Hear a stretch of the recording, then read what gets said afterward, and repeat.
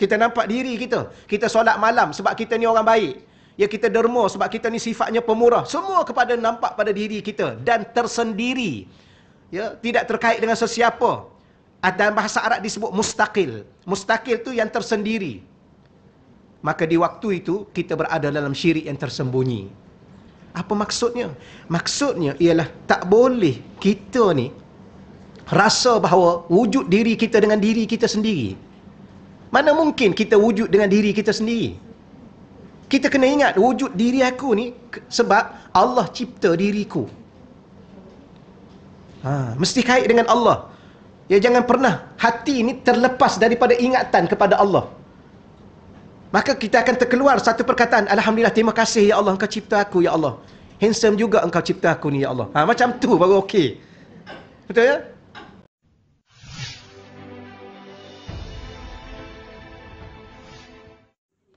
A'udzu billahi minasyaitonir rajim. Bismillahirrahmanirrahim. Assalamualaikum warahmatullahi wabarakatuh. Alhamdulillahi rabbil alamin. Wal 'aqibatu lil muttaqin wa la 'udwana illa 'alal zalimin. Asyhadu an la ilaha illallah wahdahu la syarika lah wa asyhadu anna sayyidana Muhammadan 'abduhu wa rasuluh. Allahumma salli wa sallim wa barik ala sayyidina Muhammad wa ala alihi wa ashabihi wa man tabi'ahum bi ihsanin ila yaumiddin. Allahumma syrah lana sudurana wa hassin akhlaqana wa adabana wa yassir lana umurana fid dunya wal akhirah. Allahumma arzuqna al-fahma wal ilma wal hikmata wal aqla bi rahmatika ya arhamar rahimin. Walhamdulillahi rabbil alamin. Amma ba'd.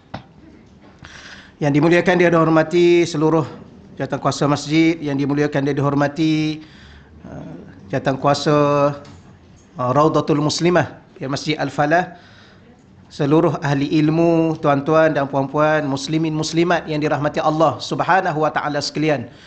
Alhamdulillah, kita bersyukur kepada Allah Subhanahu wa taala seperti mana biasa di atas segala-galanya, nikmat-nikmat yang telah Allah taala kurniakan kepada kita, termasuklah pada pagi ini.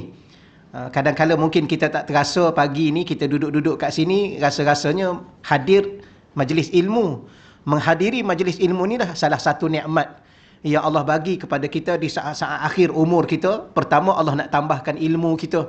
Yang kedua, Allah nak sempurnakan amal ibadah kita dengan ilmu tersebut. Yang ketiganya, Allah nak tambahkan pahala lah. Ya, kerana duduk di sini daripada awal pagi tadi, niat lillahi ta'ala, jangan lupa niat. Maka sepanjang kita duduk di sini, ya, diberi pahala oleh Allah Subhanahu wa taala. Bukan sekadar pahala menuntut ilmu, ya, tetapi pahala kita beribadah, kerana menuntut ilmu juga adalah ibadah. Maka banyak kita dapat ganjaran daripada Allah Subhanahu wa taala, insya-Allah. Baik, kemudian pada pagi yang mulia ini kita teruskan lagi pembacaan kitab Lataifut Ta'yid fi Turjumah wa Ta'liq ala Risalatit Tauhid, Syekh Arsalan Ad-Dimashqi rahimahullahu taala. Ya, pada asalnya, sebagaimana kita sudah maklum bahawa kitab ni pada asalnya dia tak letak tajuk. Syekh Arsalan dia tak letak tajuk, maka ulama-ulama meletakkan kitab secara ringkasnya, tajuknya Risalatut Tauhid. Ya, satu risalah tauhid. Baik, pagi ni muka surat berapa kita ya? Muka surat 17.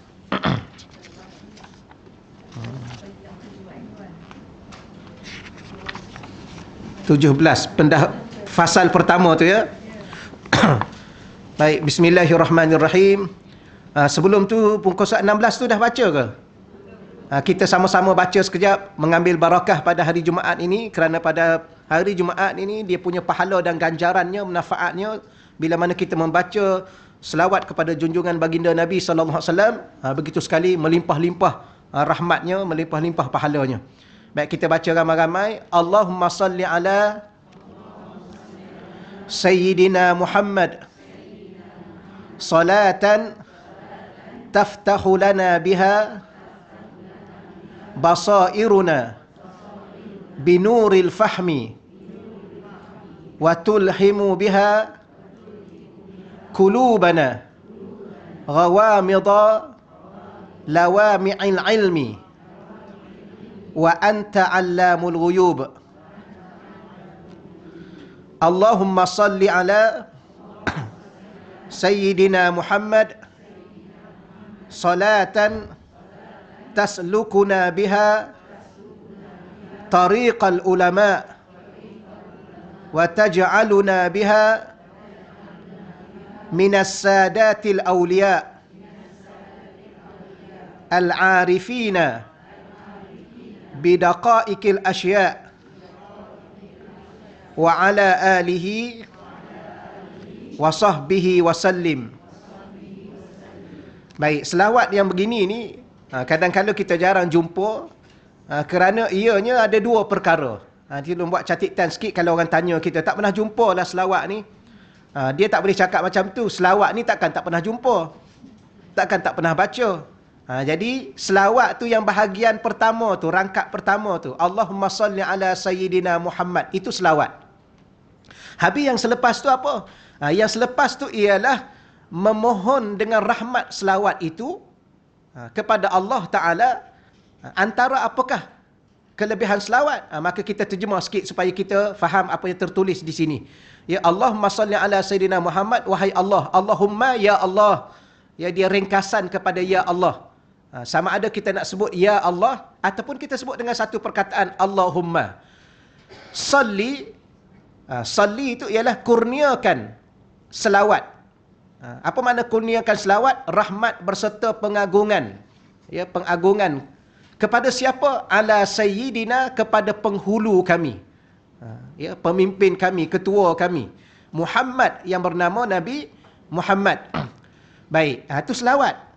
Kemudian salatan, dengan selawat ini, dengan selawat yang kita baca tadi, taftahu lana biha, dengan selawat tadi yang mana engkau wahai Allah, taftahu, huruf ta tu merujuk kembali kepada Allah, engkau bukalah untuk kami basairuna. Apa buka untuk kami? Dengannya, dengan selawat tadi, pandangan hati kami. Ya, engkau bukalah wahai Allah dengan selawat yang kami baca tadi, Allahumma salli ala sayyidina Muhammad tadi, engkau bukalah untuk kami biha, dengannya, dengan berkat selawat tadi, dengan rahmat selawat tadi, engkau buka apa? Basairuna, bukalah pandangan-pandangan hati kami, binuril fahmi, dengan cahaya kefahaman. Boleh ya, dengan cahaya kefahaman. Wa tulhimu biha, kemudian yang kedua kita minta juga engkau ya Allah berikan ilham dengannya. Bagi ilham kepada kami dengan berkat selawat tadi, biha, dengannya. Kulubana, ya, hati-hati kami. Ghawamidha lawami'il ilm, dengan kilauan sinar cahaya ilmu. Wa anta allamul ghuyub, dan engkau wahai Allah Tuhan yang maha mengetahui yang gaib. Inilah maksud selawat. Sebab kadang-kadang orang ni masih keliru tentang selawat. Ini bukan selawat kata dia. Dan Nabi tak pernah ajar pun macam ni. Nabi ajar Allahumma salli ala sayyidina Muhammad. Itulah selawat. Yang panjang-panjang lagi tu. Selawat apa? Selawat syifa. Selawat tafrijiyah. Selawat an-nariyah. Macam-macam lah. Selawat ibrahimiyah. Jadi ada perkataannya selawat. Lepas tu, dengan berkat selawat itu, ulama' pun tulis pada kita.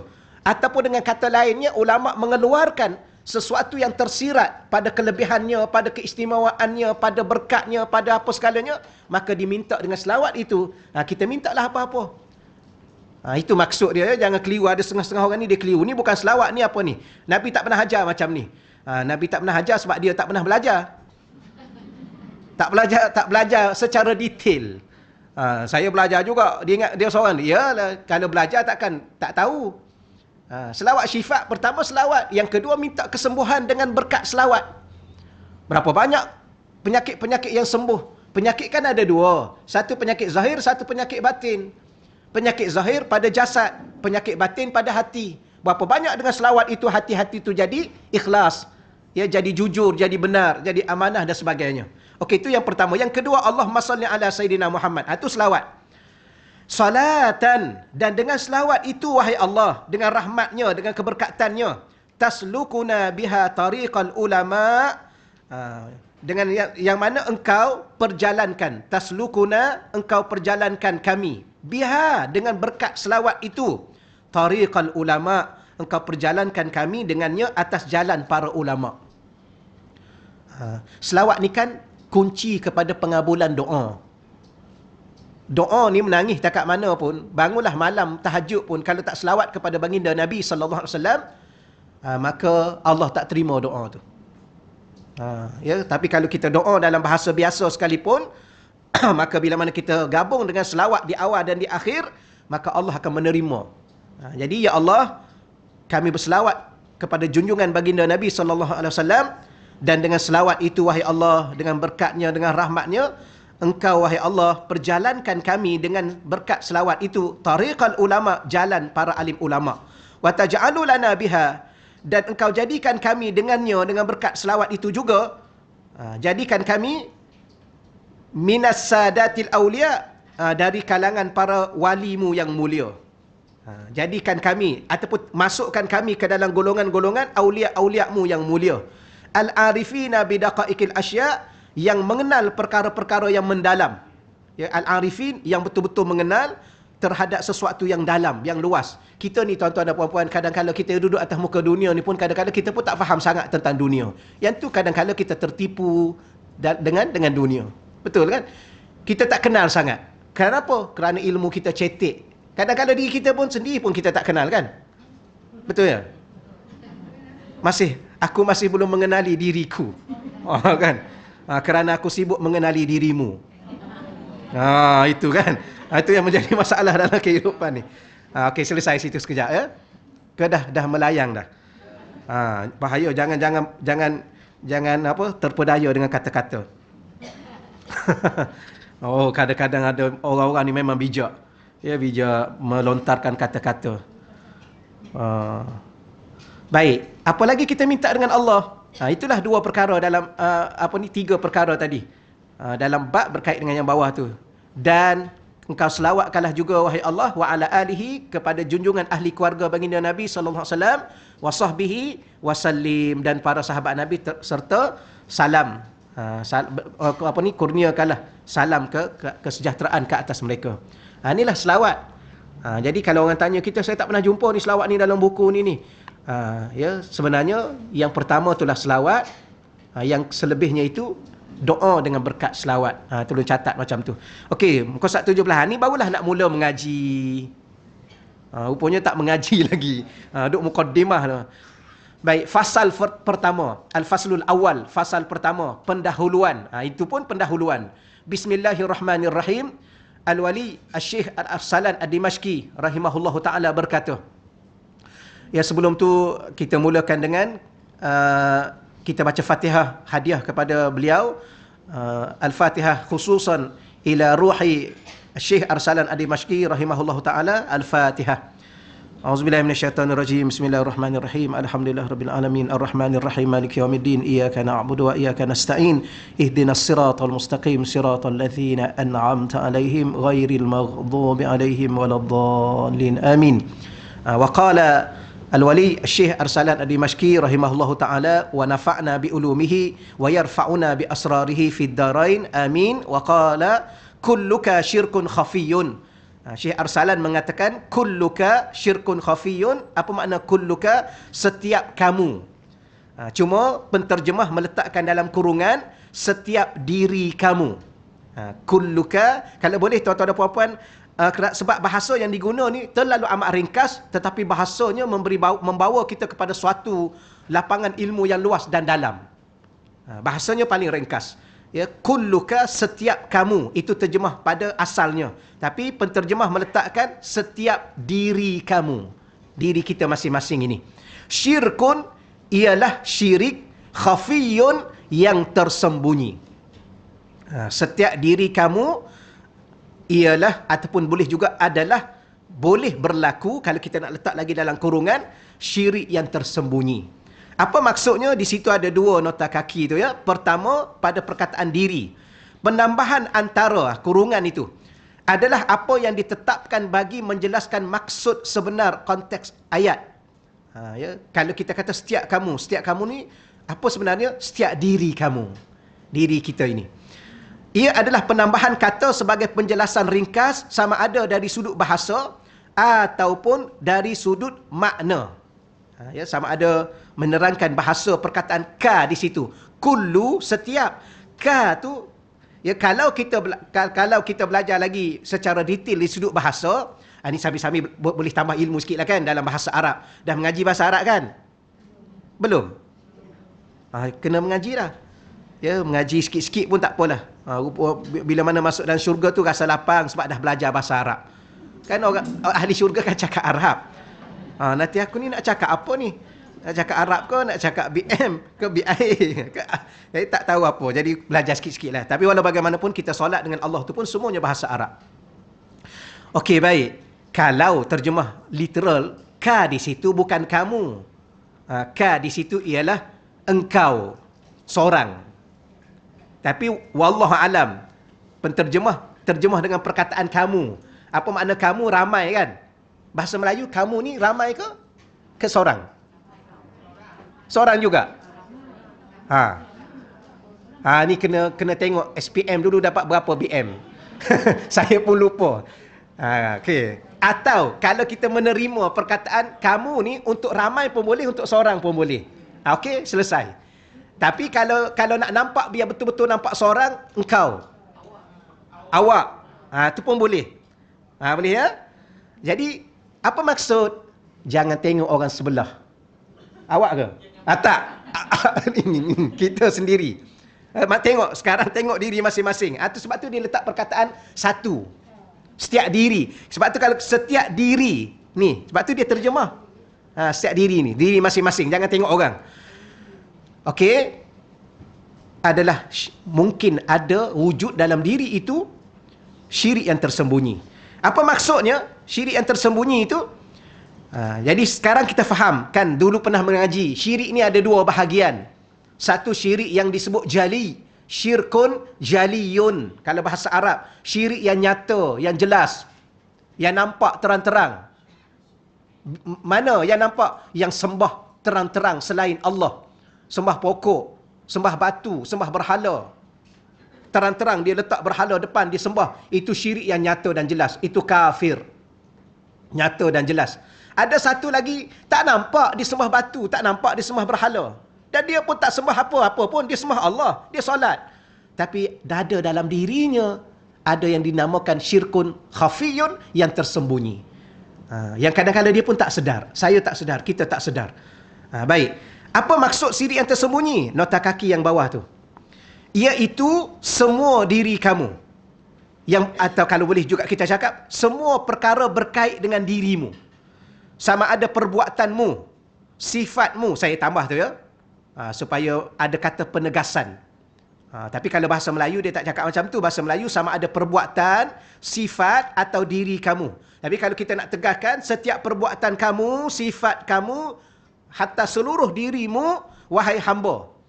Dia letak di sini, wahai hamba. Supaya kita sedar, yang pertama sekali, kita tidak lebih daripada seorang hamba. Apa gelar kita sekalipun. Ya, kadang-kadang ada orang ni dia suka kejar gelaran. Ya, lepas dapat satu gelaran. Betul ya? Suka tak? Mengejar gelaran. Ya ke? Ada yang suka. Dia tengok tu. Maka apa saja, tapi hidup ini, Syekh saya ulang lagi sekali, saya pernah sebut sebelum ni. Al-abdu abdun ala kulli hal. Ataupun al-abdu abdun fi kulli hal. Hamba ni adalah hamba dalam semua keadaan. Dia tak ada dulu dia hamba, kemudian dia jadi bos, dia jadi pengarah, dia dah tak jadi hamba dah. Walaupun dia jadi pengarah, dia jadi CEO, dia jadi ustaz, dia jadi lawyer, dia jadi apa pun sekalipun, apa gelar di depan tu, datuk kata sedika apa, dia tetap hamba dalam semua keadaan dia. Dia kaya, dia miskin, dia sihat, dia sakit, dia masyhur, dia tak ada apa-apa nama, dia tetap hamba. Hamba adalah hamba. Jadi jangan kita lupa diri. Jadi wahai hamba, ada sebab ya, ada sebab membawa kepada syirik yang tersembunyi. Saya ulang lagi sekali, ya, supaya dia menetap teguh di hati kita, iaitu semua dirimu yang berkait dengan dirimu, sama ada perbuatanmu, sifatmu atau diri kamu, wahai hamba, ada sebab, ada punca yang membawa dirimu kepada syirik yang tersembunyi. Bila? Ketika kamu melihat wujud diri kamu. Ni pertama sekali. Ya, kita ni ada tak sekarang ni? Ada. Kita lihat tak keberadaan diri kita ni? Yalah kan, duduk depan cermin tengok apa tu? Tengok diri lah kan? Ke tengok wajah aja? Sebab tu lepas ni ada cermin besar kat rumah tak? Alhamdulillah. Balik nanti duduk depan cermin biar nampak semua daripada hujung kepala hujung kaki. Cuba lihat sekejap. Aku ni apa ni aku ni? Ada tak? Ada. Okey, satu. Ni muslimin belah sini kan? Tu ada tu muslimin sahaja. Tapi tak apalah, dah selesa belah sini kan. Sebab tu saya duduk tengok sini muslimin tu tak ada tu. Sebab tu saya tak nampak belah sini. Tak adalah tuan-tuan ya. Okey sekali. Jadi letak tengok diri kita. Sekarang kita ada. Ada tak ada? Sekarang. Okey, baik. Maka katanya di sini ialah bila mana kita melihat wujud diri kita ada. Kemudian lihat kepada sifat kita. Sifat apa yang ada pada kita ni? Sifat apa? Pemurah, penyayang, pemarah. Apa yang ada pada diri ni? Biasanya orang ni dia tak lihat dia ni tak baik, dia semua lihat dia baik kan? Tengok cantik juga aku ni. Kan? Kemudian tengok kat cermin, apa lagi? Handsome juga aku rupanya. Betul kan? Pernah tak tengok diri semua mesti tambah-tambah kita pakai lagi pakai lagi lagi handsome lah. Kita pun pernah rasa macam tu. Tambah-tambah masa remaja dulu, ingat tak? Rasa handsome. Handsome juga aku rupanya. Baru sifat yang ada. Pemurah lah aku ni. Penyayang lah aku ni. Nampak segala sifat tu. Sebab orang ni biasanya dia akan nampak kebaikan pada diri dia. Okeylah. Dia menghargai apa yang Allah beri. Dan perbuatan-perbuatan kamu. Ya, kita menderma. Kita membantu orang.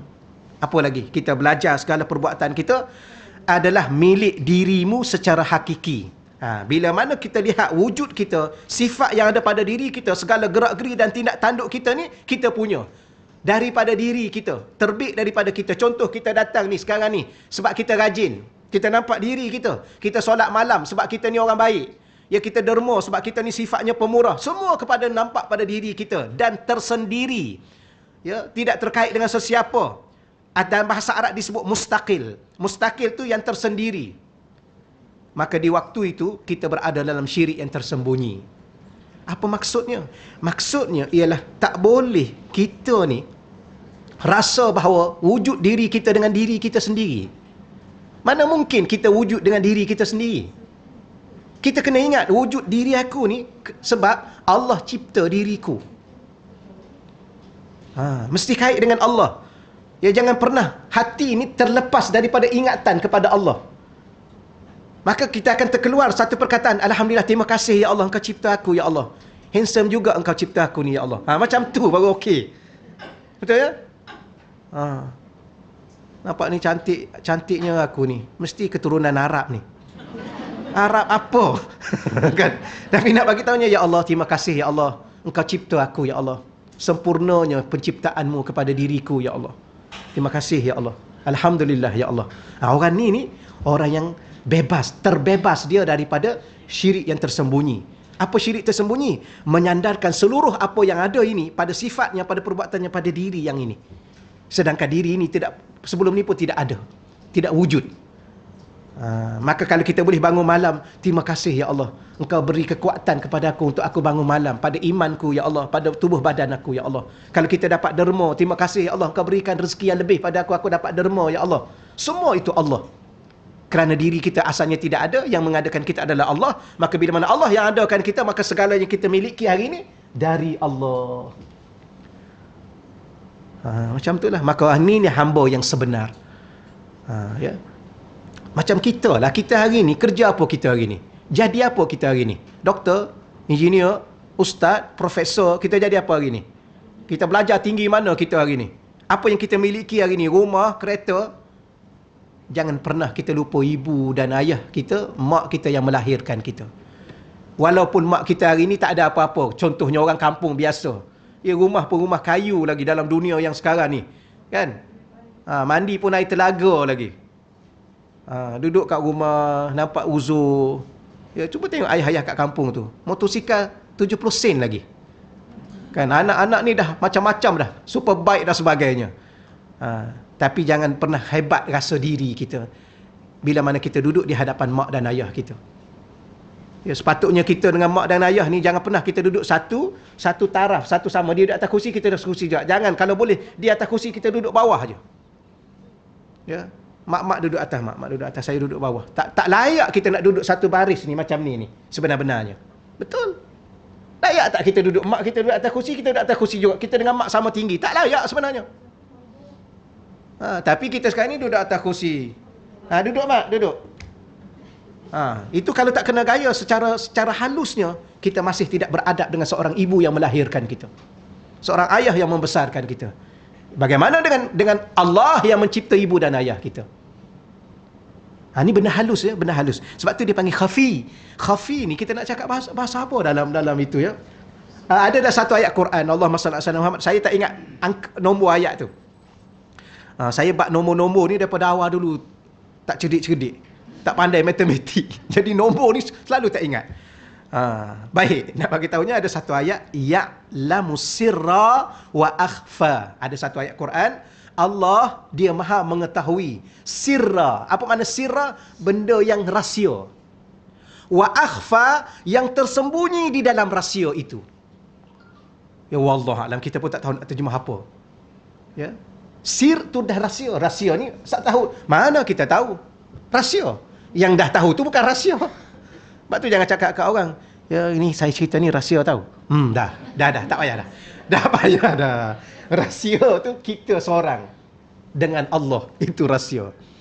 Ni bukan main lagi ya. Saya cerita ni, saya hanya percaya you seorang saja. Sebab ini rahsia. Dah rahsia apa dah buka dah. Ya. Ataupun dia cakap rahsia kita berdua. Tak apalah, nak bagi tahunya ada satu perkataan dalam Al-Quran, rahsia. Allah tu maha mengetahui benda rahsia yang tersembunyi di dalam rahsia itu. Maka khafi. Ya, khafi. Yang tadi lebih dalam lagi. Ni khafi ni ada masih boleh dikesan akhfa. Itu bahasa Arab. Boleh insya-Allah. Jadi jangan pernah sekali-kali ada dalam diri kita rasa, faham, dakwaan bahawa segala apa yang ada pada diri ni, wujudnya, sifatnya, perbuatannya adalah milik kita, terbit daripada diri kita secara hakiki, secara benar, bahkan tersendiri daripada kaitan dengan Allah. Maka di sini dapat difahami bahawa kita dapat faham satu perkara, bahawa perbahasan tauhid golongan sufi. Baik, kitab ni kitab yang dibahas ilmu tauhid oleh Sadah As-Sufiyah, ya tokoh-tokoh ulama-ulama sufi. Apa makna ulama sufi? Ulama yang mahir, yang pakar dalam bidang ilmu tasawuf. Apa makna ilmu tasawuf? Ilmu yang berkaitan dengan penyucian jiwa. Ya, ada ulama dia fokus pada penyucian jiwa. Contoh Al-Imamul Ghazali. Kitab dia apa? Ihya Ulumuddin, Mau'izatul Mu'minin, Minhajul Abidin. Dan kita kat Malaysia ni, antara tasawuf yang kita sandarkan ialah tasawuf Al-Ghazali, ataupun tasawuf Imam Junaid Al-Baghdadi. Ini tokoh-tokoh ulama sufi yang fokus dalam bidang ilmu, perbahasan ilmu yang fokus pada satu, iaitu hati. Apakah fokusnya? Penyucian hati, penyucian jiwa. Sehingga tak ada lagi dalam hati mereka sangka buruk pada orang. Ya, hatta orang tu cakap apa pun kat diri dia, dia tetap bersangka baik. Kerana apa? Kerana tu orang yang cakap kat kita tu, contohlah, minta maaf ya, contoh orang-orang tiba-tiba datang, tak ada apa-apa sebab, tiba-tiba seorang datang jumpa dengan kita, you ni bodoh lah, dia cakap kat kita. I buat apa kat you? Dia kata, you tak buat apa-apa kat I. Habis yang you kata I bodoh, yalah I nak cakap you bodoh, terima kasih ya. Dia pun tinggal kat kita. Kita nak cakap apa tu? Mungkin. Tapi kalau orang yang sufi, dia merasakan bahawa itu adalah gerak-geri orang itu diizin oleh Allah datang pada dia, maka melontar satu perkataan yang diizin oleh Allah, mengatakan dia bodoh. Mungkin Allah nak tegur dia. Mungkin dia ada buat benda bodoh atas muka dunia tanpa dia sedar. Sedar tak? Ustaz pun sama lah. Kadang-kadang mungkin ustaz ni buat benda-benda bodoh. Apa benda bodoh? Salah satunya, dia mengajar, dia tak buat apa yang dia ajar. Cerdik tak? Dia ajar orang, dia suruh solat, dia tak solat. Contoh. Dia ajar orang bangun malam, dia satu malam pun tak bangun. Ni apa ni? Ni bodoh. Mungkin maka Allah nak tegur dia. Allah hantar seorang-seorang yang tak ada kena-mengena apa-apa. Tiba-tiba datang, you ni bodoh. Sudah. Jangan cakap, oh, you ingat I bodoh ke? You tak tengok kau sijil I. Kan I keluarkan sijil I. Sudah. Ni ada orang ni macam ni lah. Cara dia. Maka dia keluarlah. Dia tulislah sijil dia, berjela-jela sijil dia. Yalah, ada sijil pun kalau dah bodoh. Contoh ni ya, minta maaf. Saya tak suka guna. Tapi contoh. Kalau orang datang cakap kat kita. Jangan pula kita pergi cakap kat orang.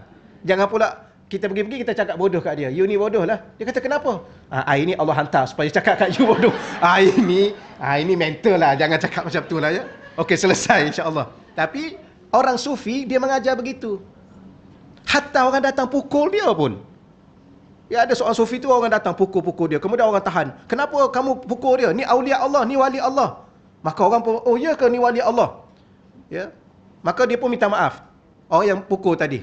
Dia ada satu cerita, pernah dengarkan satu cerita. Dia pergi, dia berjalan, kemudian ada seorang tu jumpa dengan wali tersebut. Ulama, kata setengahnya ulama. Baik, orang tu tanya, tuan, saya nak tanya jalan ke bandar. Mana ya? Kebetulannya dia jumpa tu, sebelah tu ada kubur. Maka ulama tadi, aulia tadi, tunjuklah, kamu nak ke mana? Ke bandar. Tu. Dia tunjuk ke kubur. Marahlah orang tadi. Kenapa engkau permainkan saya? Ya, saya tanya jalan ke bandar, bukan jalan ke kubur. Ni seolah-olah kata pergi mati lah kan. Kalau kita cakap, tanya saya ya. Jalan ke mana? Ke bandar. Pergi mati situ. Ini orang memperlekehkan orang. Dia pun pukul. Ya, dia pukul, maka orang ramai nampak, datang, tahan. Kenapa engkau pukul aulia? Yalah, dia mempermainkan saya, kawan tu cakap. Mempermainkan saya. Saya tanya jalan ke bandar, dia kata dia tunjuk jalan ke kubur. Maka ulama tadi, baik tuan, boleh saya tanya tuan, betul tuan nak pergi ke bandar? Ya, bandar. Tuan tahu tak apa makna bandar? Bandar ni ialah suatu tempat yang penduduknya sentiasa bertambah. Sentiasa bertambah. Itu bandar dan tak berkurang. Kan lama-lama dia jadi bandar raya kan? Makin banyak. Itulah bandar. Maka tidak ada satu tempat yang sentiasa bertambah penduduknya. Itulah. Insaf kawan tu. Akhir sekali dia minta maaf. Dia kata tak payah kamu minta maaf. Masa kamu duk pukul aku tu pun aku dah maafkan kamu. Nampak hati dia tu. Oh kita, engkau pukul aku satu je. Tunggu. Aku pukul dua. Kan? Kita macam tu lah. Engkau cakap satu patah. Dia cakap kita bodoh kan. Kita cakap dua kat dia. Engkau cakap aku bodoh ya. Engkau tu bodoh dan bangang. Kita tambah. Tidak bagi orang sufi. Moga-moga suatu hari nanti Allah bersihkan jiwa dan hati kita dengan berkat mereka. Maka orang sufi ni dia ada sudut pandang dia dalam memahami tauhid. Dia ada sudut pandang dia. Ya? Macam kita lah, ustaz, profesor, doktor, apa lagi? Mesti dia tengok sudut pandang dunia yang berbeza. Betul kan? Mesti dia sudut pandang tu. Maka pemahamannya mungkin dihurai. Ya, ada orang, dunia ni salah tak? Apa dunia salah? Dunia mana ada salah? Habis kenapa agama minta kita menjauhi agama dunia? Dunia yang mana diminta dijauhi? Dunia yang melalaikan. Bukan dunia yang kita semata. Dunia kita ni tak nak suka tak suka, kena duduk di dunia. Ustaz ke kita ke, siapa wali ke kita ke, terpaksa kena makan lah kan? Ke mentang-mentang duduk kat dunia tak nak makan? Maka ada orang, saya tak nak dah ustaz dunia ni. Dah jadi apa ni tak nak dunia ni? Nak jadi wali. Wali pun makan. Wali pun berkahwin. Bukan setakat wali, Nabi pun berniaga. Jadi dunia yang macam mana? Sudut pandang tu. Jadi samalah. Lambat pula lah ya saya rasa. Sekarang ni kalau saya melerik tu, dah ada signal. Sudah, cukup. Rugi masa. Masa dah tak ada. Okey ya. Jadi tauhid golongan sufi yang membahaskan tauhid di sini. Di hati. Ada satu lagi golongan yang disebut berbeza dengan perbahasan tauhid golongan mutakallimun. Apa makna golongan mutakallimun? Iaitu ulama-ulama yang mahir dalam bidang usuluddin tu. Yang kita belajar kitab tauhid yang biasa tu. Yang biasa. Maksud biasa ni yang dalam kebiasaan yang kita belajar tauhid ni, belajar sifat 20. Bagaimana nak fahamkan sifat 20 dengan akal? Ya, secara teori akal, agar akal tidak tersalah faham tentang Allah. Jangan salah faham tentang Allah. Maka itu yang biasa kita belajar. Dan ada satu step lagi ke depan, selepas belajar yang tu, kita bawa diri kita ke depan tentang di sini. Kerana tauhid tu sebenarnya di sini, di hati. Hati yang bagaimana? Hati yang bertauhid. Hati yang segala-galanya bersih, tidak ada apa-apa kecuali Allah. Itu tauhid. Kerana tauhid itu esakan Allah. Jangan ada dalam hati kita selain Allah. Maka tauhid golongan sufi ini dia kena bersih di hati dia. Kerana golongan sufi membahaskan tentang tauhid yang merupakan lawan kepada syirik yang tersembunyi. Ya. Yang satu golongan yang selalu kita duk mengaji itu, tu betul kita kena mula di situ, lawan tauhid yang nyata. Tauhid golongan sufi ini dia bahas supaya kita selamat dari sudut syirik yang tersembunyi, iaitu dalam kurungannya syirik khafi. Sedangkan tauhid yang dibahaskan oleh golongan mutakallimun adalah tentang lawan bagi syirik yang nyata, syirik jali. Okay, boleh faham insya-Allah ya? Baik, jadi kita kena belajar dua lah. Yang pertama tauhid, kalau istilah, kalau nak catat istilah, dia panggil tauhid nazari. Tauhid nazari ini tauhid dari sudut perbahasan secara teori. Rujuk ke mana? Rujuk untuk memahamkan akal kita supaya tidak tersalah faham tentang sifat-sifat Allah, zat Allah dan sebagainya. Contoh kita belajar sifat 20. Salah satunya Allah tu bersifat dengan pertama, wujud. Bagaimana akal kita memahami Allah itu wujud? Pertama, Allah itu wajib ada, wajib wujud. Akal kita mesti memahami bahawa Allah itu wajib ada dalam bahasa mudahnya. Mesti ada. Dan akal kita tidak boleh menerima bahawa Allah itu tidak ada. Sebab kalau Allah dah tak ada, dia kan Tuhan yang Maha Pencipta. Kalau pencipta sudah tidak ada, Khalik tidak ada, maka makhluk seluruhnya tidak ada. Itu akal kita. Dan mustahil pada akal kita tak boleh menerima langsung Allah itu tidak ada. Itu akal. Ya. Kalau ada orang datang kepada kita mengatakan bahawa Allah itu mungkin ada, mungkin tak ada, orang ini terencat akal dia. Terencat akal dia. Kenapa? Akal dia tak waras. Mana mungkin Allah sekejap ada, sekejap tak ada. Kalau begitu, kita sekejap ada, sekejap tak ada lah. Sebab kita dicipta oleh Allah. Tak mustahil pada akal. Begitu juga kalau kita kata bagaimana wujud Allah. Ni akal ya, akal ya. Bagaimana wujud Allah? Wujud Allah ialah wujud yang tidak perlu kepada sesuatu yang menciptanya. Dan dia juga tidak perlu kepada yang telah dia cipta. Ada dua. Dia tidak perlu sesuatu yang mencipta dia. Dan dia tidak berhajat kepada apa yang dia cipta. Itu wujud Allah. Ya, jangan salah faham. Ya, yang duk kata Allah duk atas langit. Oh, Allah duk atas langit. Allah perlu pada langit. Kita ni kalau nak duduk di atas sesuatu, sebab kita perlu kepada sesuatu tu, nak duduk atas kenderaan untuk bawa kita ke satu tempat yang lebih cepat masanya sampai.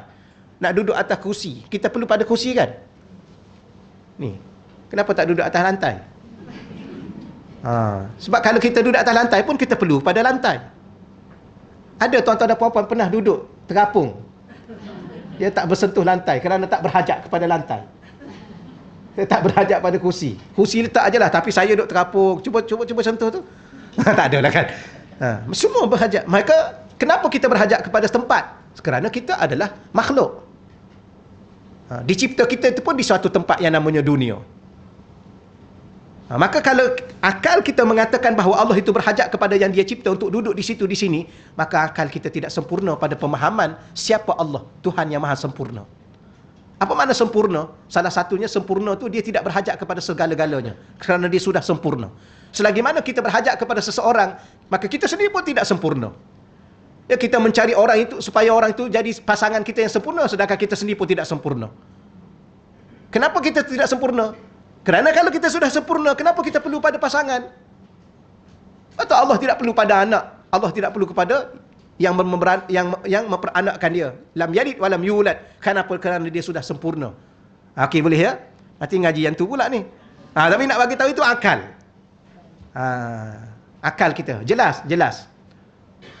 Jangan kita kata jangan keliru lagi pada akal kita. Sekarang ni wallahualam lah, banyak dalam YouTube tu duk mengajar benda-benda yang mengelirukan orang awam. Kenapa? Kerana dia sendiri tu keliru. Akal dia. Kenapa dia keliru? Sebab ilmu ni kena warisan daripada guru ke guru. Tak payahlah kita belajar tinggi mana pun, kalau kita pergi beli buku kat kedai, akhir sekali kita akan sesat. Kita rasa kita dah okey dah. Kita rasa okey dah sebab apa? Yalah kita kan dah doktor dah. Ya, doktor tu apa sangat pun. Sebenar-benarnya minta maaf kita cakap. Ya, kerana daripada satu benda yang luas ambil satu titik aja nak dapatkan satu doktor. Sebab tu kan dr dot titik. Betul saya cakap. Ha. Betul mana? Satu titik aja. Kemudian duk rasa pandai pergi beli tu baca sendiri. Tak boleh. Tambah-tambah ilmu tauhid. Jangan baca sendiri kitab tauhid. Sekecil mana kitab itu. Jadi kita mengaji dengan guru kita. Haram, berdosa kita, tak amanah, khianat kita pada ilmu agama ni kalau kita mengajar bab Tuhan ni tanpa kita belajar dengan seorang guru yang benar. Ni ada yang terbaru pula ni. Ajaran sesat yang saya pun tengok dalam YouTube, ada orang hantar dalam guru. Nama ajaran tu Hadi Millah. Hadi Millah. Cuba tengok ada itu. Kalau Google ada dalam YouTube. Oh subhanallah, pelik-pelik ajaran. Ya. Tapi macam dia punya cakap tu macam bunyi macam Indun. Kita dengar, mungkin dia duduk lama kat sini barangkali, tapi bercampur-campur. Kalau Indun macam-macam. Ya, mengaku Jibril pun ada. Ya. Mengaku malaikat Jibril. Oh, malaikat Jibril. Dia siapa malaikat Jibril? La haula wala quwata illa billah. Orang ni kalau dah pelik sangat, tak payahlah. Ya, sebab tu Syekh saya dia pesan apa? Ni saya ingatkan, kita ingatkan anak-anak kita. Kalau ada seorang guru depan kita ni awal-awal lagi dia tunjuk kat kita dia boleh terbang, jangan ikut. Tuan-tuan semua kena jadikan saya guru. Kenapa? Saya boleh terbang. Jangan. Ya guru ni, ya. Hadi minallah. Hadi minallah. Ya. Oh memang aktif sungguh. Ramai pula tu dia punya pengikut dia. Ni tolong hati-hati tu ya. Jadi kalau ada seorang guru yang duduk depan kita, dia minta kita berguru dengan dia atas alasan dia boleh terbang, jangan. Ya, jangan ikut. Ya. Kerana guru ni, wali-wali ni sebenarnya dia tak akan tunjuk dia punya karamah dia. Dia tak akan tunjuk. Kalau yang tunjuk benda pelik, dia contohnya dia masukkan air kemudian dia tuang, tunjuk kat demo. Ya, air tu jadi keras, jadi ais kan. Kemudian kemudian jadi macam biasa. Jangan ikut. Ya, kecuali kita dengar dulu dia ni baca apa? Quran tu pula dia mengaji kat mana? Dia baca hadis tu dia mengaji di mana? Siapa guru dia? Kena tahu begitu barulah itu. Kemudian kalau mungkin selepas tu dia nak tunjuk kat kita, dia terbang, tu tak apalah, tapi biasanya tak akan tunjuk. Tak akan tunjuk. Wali-wali Allah dia tak akan tunjuk kat kita karamah dia. Kerana itu keistimewaan dia dengan Allah. Ya. Kalau duk sibuk nak cerita benda pelik, seorang guru nak tunjuk dia hebat, dia cerita benda pelik pada anak murid dia, tu dah mula hati-hati ya. Mula hati-hati. Ya, kalau sekadar nak terbang baik kita ikut burung. Ya, burung dah lama boleh terbang kan. So betul, ya wali boleh jalan ya atas air. Wali berjalan atas air. Itik dah lama dah jalan atas air. Itik satu hari, cuba ambil itik yang anak ni baru menetas satu hari letak dalam air tu, dalam bekas tu. Dia boleh berenang elok-elok. Baik dia tu jadi wali. Itik tu. Mengaji dengan dia. Betul. Ya, jangan. Dunia hari ni dunia yang kita kata tolong hati-hati. Minta doa dengan Allah selalu. Okey, selesai insya-Allah. Baru muka surat 17 ni. Tak berganjak ni. Tapi tu saya hurai ringkas ya. Saya hurai ringkas. Kalau mengaji dengan ulama-ulama yang alim sungguh, kullu tu tak lepas-lepas lagi. Kullu tu, apa makna kullu? Setiap. Kullu ni boleh tak terjemah sebahagian? Boleh. Kerana kullu dalam bahasa Arab kadang-kala bermakna kulli. Kullu, kaf, lam tu, kullun, kalau kita boleh baca, kalau tak ada kaf kat depan, kullun. Kenapa baca kullu tak baca kullun? Sebab ada mudhaf kat depan tu. Dia sandar pada kaf. Itu baru baris. Jadi kalau kullun, apa makna kullun? Kadang-kala dia dengan makna kulli, dengan makna semua. Kadang-kala dia makna juz'i, sebahagian. Contoh, kalau saya cakap begini. Semua lelaki itu kuat. Betul tak? Tak. Tapi Arab kata kullu rijal, semua orang lelaki qawi, kuat. Maka kullu kat depan tak boleh terjemah semua. Sebahagian lelaki kuat. Kenapa? Kerana ada lelaki lembut.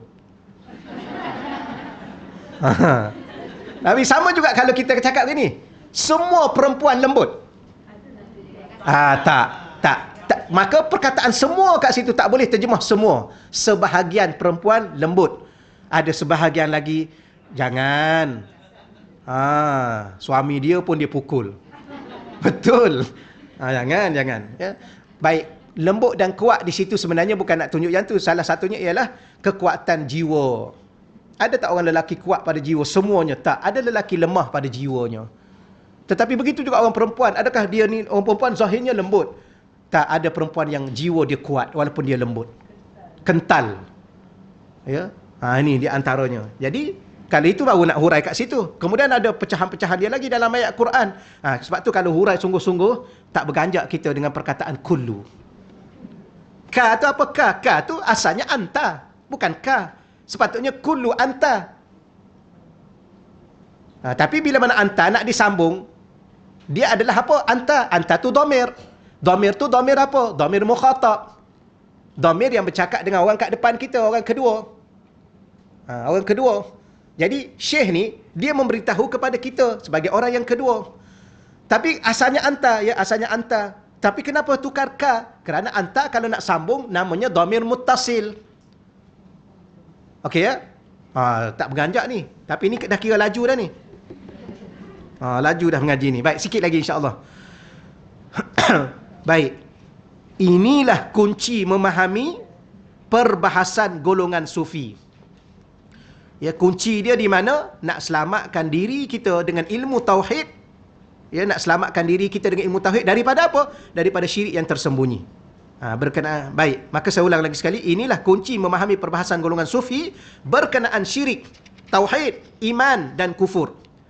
Ia lebih membahaskan tentang, cuba lihat muka surat 18. Ya, tentang kesempurnaan tauhid, kesempurnaan iman dan kufur nikmat yang menafikan kesempurnaan iman. Istilah ini juga sering digunakan dalam Al-Quran dan As-Sunnah. Jadi kesimpulannya dalam pendahuluan ini, masih pendahuluan ya, sebelum kita bahas secara detail lagi, mendalam lagi, apa tujuan dia membahaskan ilmu tauhid oleh golongan sufi ini? Untuk kesempurnaan makna tauhid pada diri kita. Kesempurnaan maksud dan makna iman pada diri kita. Kerana apa? Kerana syirik yang tersembunyi ini boleh juga disebut kufur nikmat. Orang yang kufur nikmat ni ialah orang yang tidak sempurna imannya. Orang yang kufur nikmat, orang yang tak sempurna tauhidnya. Apa makna kufur nikmat? Bila mana kita menafikan yang memberi nikmat. Atau dengan kata lain, kita melupakan lafaz alhamdulillah. Makan alhamdulillah, minum alhamdulillah, tidur alhamdulillah, bangun tidur alhamdulillah. Tapi kalau kita tak cakap benda tu, kita sedang mengkufuri nikmat. Apa makna mengkufuri nikmat? Melupai pemberi nikmat. Syukur tu kan kepada Allah. Nikmat tu dari Allah. Syukur tu kepada Allah. Maka apa makna kufur nikmat? Iaitu tidak mensyukuri nikmat yang Allah bagi. Bagaimana caranya? Ia memuji Allah yang memberi nikmat. Okey, selesai. Boleh insya-Allah ya? Kesimpulannya ialah jangan pernah merasai diri kita, jangan pernah merasai dan meyakini dan menyatakan segala sifat dan apa yang terbit daripada diri yang kita miliki apa sahaja adalah hasil daripada diri kita, bukan. Ia adalah dari Allah. Begitu. Okey, selesai. Perenggan yang dia panggil rangkap seterusnya. Boleh ya? Ada soalan sebelum kita pindah? Jadi kalau orang tanya kita, jadi syirik tersembunyi ni ustaz, orang tu jadi kafir tak? Tak. Orang tu kufur nikmat. Dan kufur nikmat ni sama dari sudut azab. Cuma tak kekal. Saya ulang lagi sekali, takut salah faham. Orang yang kafir tu, kafir akidah, dia akan kena azab tak pada Allah? Kena. Tapi dia kekal azab itu. Orang yang kufur nikmat, kena azab tak? Kena. Cuma tak kekal. Mana dalil Quran? Wala in syakartum la azidannakum. Kalau kamu syukur, kami akan tambah lagi nikmat pada kamu. Wala in kafartum, kalau kamu kufur nikmat, inna azabi lasyadid, azab aku ni pedih. Allah bagi amaran, kalau kamu kufur nikmat, kamu kena ingat azab aku ni pedih. Kenapa? Maksudnya orang yang kufur nikmat ni Allah akan azab dia, ya, tapi sementara. Okey lah ya. Okey kan? Sementara je tu. Jangan. Ya, azab ni jangan minta pada Allah, ya Allah, tolong aku ya Allah. Aku minta tolong sungguh-sungguh ya Allah. Jangan kau azab aku walaupun satu saat ya Allah. Tak mampu. Kita ni kan terpijak duri tu. Kecil je duri tu. Terpijak berapa saat. Sekejap tu. Memang sakit. Ya. Duri. Bagaimana kalau api neraka. Waliyazubillah ya. Cakaplah pada Allah. Merayulah pada Allah. Merayu pada Allah tu bukan kepada kita seorang. Kepada seluruh kawan-kawan kita ni. Ya Allah, jangan azab aku ya Allah. Tolonglah ya Allah. Jangan azab isteri aku. Jangan azab anak-anak dan suami aku ya Allah. Jangan azab ibu dan bapa aku ya Allah. Tolonglah ya Allah. Dan tolonglah ya Allah, jangan juga engkau azab ya ni yang kawan-kawan aku yang selalu duduk mengaji bersama dengan aku ni ya Allah. Ya, doa sungguh-sungguhlah minta dengan Allah. Saya pun kadang-kadang jadi bela macam mana, tak tahu nak buat macam mana dah. Ya, belajar juga, mengaji tak habis-habis. Dah habis dah satu. Sambung lagi sikit. Terima kasih baru ni kirim duit. Melalui Ustaz Farhan kan, Ustaz Kamalul Hisham. Dia datang sini. Beliau pun taklah sihat sangat, tapi semangat nak sambung lagi mengaji dengan kita orang. Baru ni dia pergi sekali. Allah, kita ni ada dua keadaan. Sama ada kita mati dalam keadaan ya kita ni tapi kita duk fikirnya nak mati sebagai seorang pelajar, supaya soalan ke akhirat taklah banyak sangat. Kan? Ya Allah, tolonglah jangan tanya aku, jangan soal aku banyak ya Allah. Aku duk mengaji lagi ya Allah, tak habis-habis lagi ya Allah mengaji. Sebab tu kita datang sini. Saya pun, ya, tapi saya alhamdulillah setakat ni lah minta doa pada Allah dulu lagi, ya Allah. Ya, bagilah aku mengaji sampai aku mati ya Allah, duduk mengaji.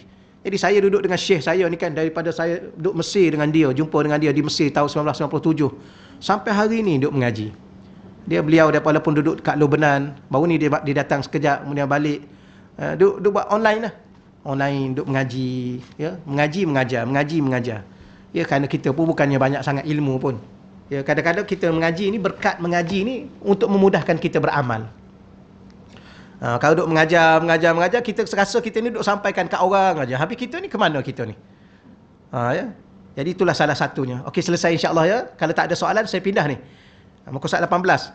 Wala yabinu laka, qala al-imam Syekh Arsalan, wala yabinu laka, kita terus terjemah. Waw tu dan. Tapi dia tidak terjemah kat situ. Ya, tolong tambah perkataan dan. Apa makna waw di situ? Waw ataf. Iaitu sambungan kepada bicara tadi, kata sendi. Dan la la tu dengan makna tidak. Lam alif dalam bahasa Arab, lam alif dalam bahasa Quran, bahasa Arab lah, Quran bahasa Arab, dia ada dua bahagian. Satu dinamakan la nafi. La nafi dengan makna tidak. Satu lagi la nahi. La dengan makna jangan. Jangan, ya. Jadi macam mana nak kenal? Okey, kita belajar yang ni dulu. Nanti jumpa yang satu lagi saya sebut. Yang ni dulu. Baik.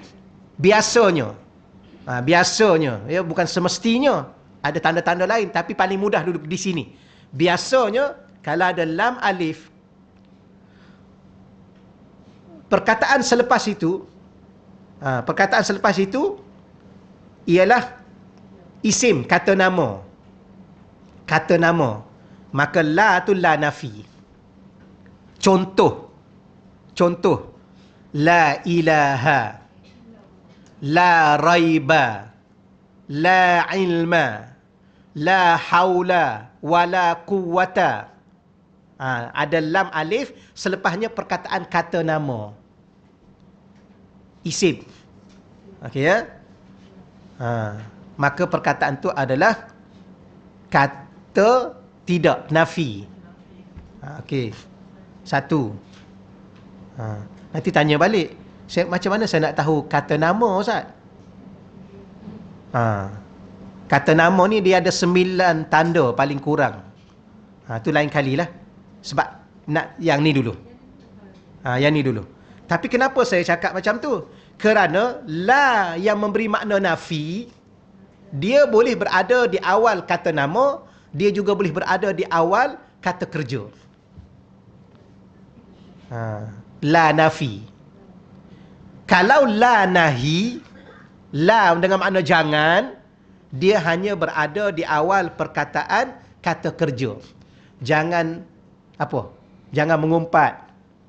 Jangan mengata orang. Dia biasanya berada di hadapan dia atau selepas dia adalah kata kerja. Tapi kalau la nafi, boleh nafi kata nama, boleh nafi kata kerja. Jelas ya? Baik. Macam mana nak tahu kata kerja? Kalau ada lam alif, perkataan selepasnya dimulai dengan huruf pertama huruf ya. Maka itu adalah kata nafi. Boleh. Okeylah, sikit-sikit gitulah. Jadi kalau kita cerita macam ni, maknanya tuan-tuan dan puan-puan duk baca Quran tu, faham tak? La ya'lamun. Huruf ya. Mereka tidak tahu. La ya'lamun. Mereka tidak mengetahui. Gitu maksudnya. Adalah ada ya kat depan tu. Biasanya. Boleh insya-Allah ya. Jadi saya nak sebut di situ la tu maknanya nafi. Bukan nahi. Bukan tegahan. Jadi wala dan tidak. Yabinu, terzahir, ternyata. Ataupun boleh juga kita kata tidak jelas, tidak nyata. Apa yang tak jelas, apa yang tidak nyata? Tauhid kamu. Tapi kalau kita terjemah di sini kan, tu tengok bahasa dulu sekejap. saya sebut macam ni supaya tuan-tuan menguasai teks matan dia tu. Ni baru mengaji. Dia ada dua. Kadang-kadang mengajar ni, tapi sebab tu cuma kadang-kala, minta maaf kita cakap, kadang-kala ustaz-ustaz ni dia bukan tak nak mengajar sungguh-sungguh detail, tapi oleh kerana mungkin kita contoh kalau sekali sebulan, 2 kali sebulan kan, dia takut masa tu tak itu. Dah lah sekali sebulan contoh ni ya, jangan tambah lagi masa. Ni ustaz ni nak satu kuliah tak. Ni pun dah bekerja dah. Ni nak pergi Kota Damansara ni, tazkirah Jumaat. Jadi kesesuaian. Sebab tu saya ada madrasah saya, bukan nak promote, tak adalah, saya dah banyak kali saya ulang. Di madrasah saya tu bagi orang yang betul-betul minat nak mengaji kitab. Nak mengaji kitab, pergi duduk, tu kita akan bahas betul-betul. Macam waw tu banyak dalam Quran. Waw ataf, waw qasam, waw ma'iyah, waw ziyadah, waw dengan makna atau. Banyak waw tu sahaja dalam Quran. Macam ni ya, macam ni lah. Tapi sebab tu kadang-kadang orang ni dia boleh terjemah bahasa Arab tu pun dia rasa dia alim. Tak. Ya. Jangan. Sebab tu kita ni kalau kita belajar sungguh-sungguh, akhir sekali makin belajar kita rasa rupa-rupanya dulu aku rasa apa? Rasa pandai. Tak, rupa-rupanya. Dulu aku rasa aku alim. Tak, rupa-rupanya. Tuan-tuan, bila mana kita sambung mengaji ni kan, kita duduk depan orang dah. Yang pensyarah-pensyarah di Indonesia ni, yang setempat saya mengaji tu, dia daripada pesantren. Alim. Kita rasa kita ni alim dah juga kan? Ya ke? Tak, kita ni kan duduk mengajar rata kat Malaysia ni, kat Selangor duduk mengajar rata, kitab tu kitab ni. Kita duduk depan dia orang tanya soalan tenganga kita.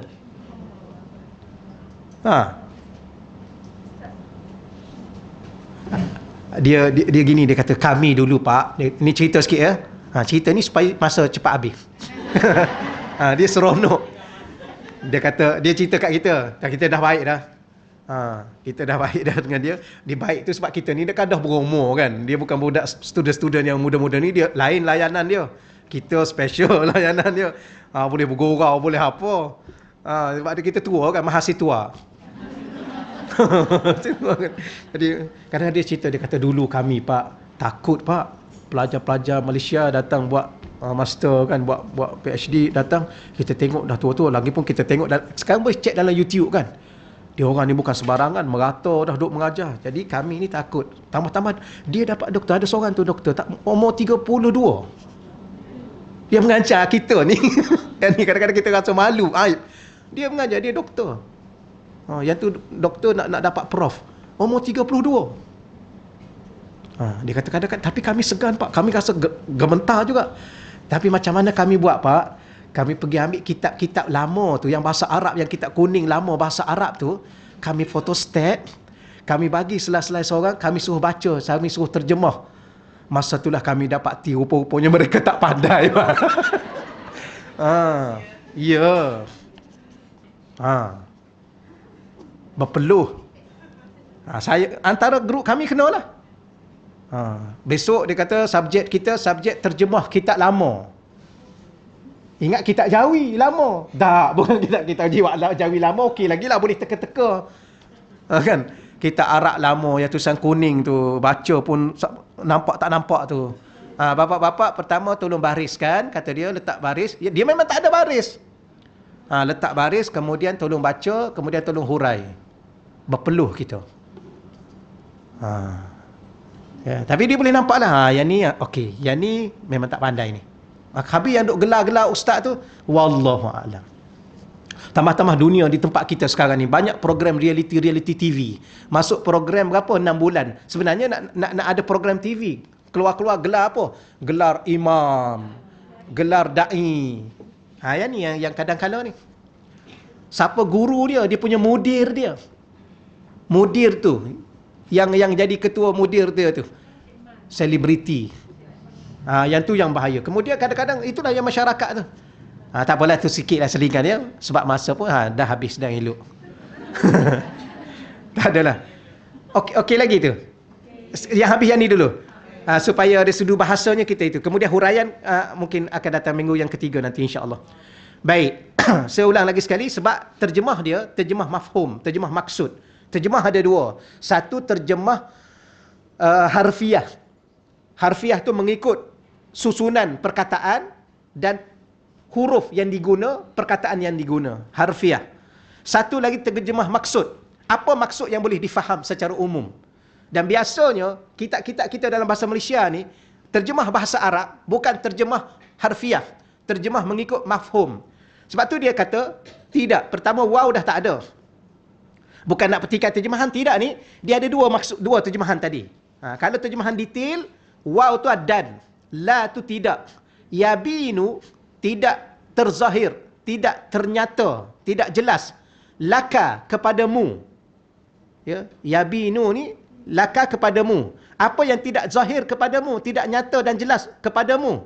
Tauhiduka, tauhidmu. Tu baru betul. Dia punya bahasa dia. Ya. Kita kata kita bertauhid. Nyata tak tauhid kita? Jelas tak pemahaman kita? Rasa diri dan hati kita dalam bertauhid ni? Kadang-kadang kita sendiri pun tak jelas. Adakah saya buat benda ni dah jadi syirik ke saya? Kenapa dia bertanya sedemikian? Kenapa dia kata dia bertauhid? Orang bertauhid ni jelas dia punya perjalanan hidup dia, perkataan bicara dia. Tidak lagi aku cakap tadi macam mana ya? Jatuh ke iman aku? Aku cakap tadi macam mana ya? Betul tak? Kalau macam ni kita bertauhid dengan tidak jelas lagi pada ilmunya, pada pemahamannya. Okey, yabinu pula, kalau kita belajar mana-mana perkataan fi'il, kata kerja yang mula dengan huruf ya, dia ni adalah kata kerja mudhari'. Apa makna mudhari'? Dia menunjukkan masa. Bila masanya? Sekarang dan akan datang. Maka tidak akan jelas kepadamu pada sekarang ini pun, dan pada masa akan datang nanti pun, dan berterusan dalam hidupmu tidak akan nyata dan jelas bagimu tauhid kamu. Illa, melainkan. Ni jawapan dia. Illa ni nama dia apa? Istisna. Pengecualian. Huruf istisna. Istisna. Huruf, tulis macam ni je. Huruf pengecualian. Ya. Kecuali. Kamu kena macam ni. Kamu kena buat macam ni. Kalau tak, selama-lama perjalanan hidupmu, sampai kamu meninggal bertemu Allah, tauhid kamu tidak jelas, tidak nyata. Tidak nampak. sebenar-benarnya kamu bertauhid kepada Allah. Tuan-tuan, kadang-kala orang cakap kat kita jujur. Kita nak juga tengok kejujuran dia. Kan? Ya, saya jujur pada kamu. Jujur apa? Kejap-kejap menipu, jujur apa? Kan? Dia kata dia jujur kat kita, kita pun telefon dia. Kat mana ni? Kat rumah aja. Rupanya kat pasar. Kan? Duduk dengan siapa? Seorang. Rupanya duduk dengan jangan. Ini tak. Jadi kadang-kadang orang cakap kat kita jujur, samalah kita dengan Allah. Kita cakap kita bertauhid pada Allah. Mana tauhid kita? Tak nampak pun. Okey ya? Kata kita nak jadi hamba Allah, tak nampak pun nak jadi hamba Allah. Allah. Jadi kecuali ni baru baca matan ya, walaupun tak sepenuhnya saya hurai. Idza, apabila. Idza ni dia menunjukkan masa sekarang dan akan datang. Idza. Kalau id, dia masa yang lepas.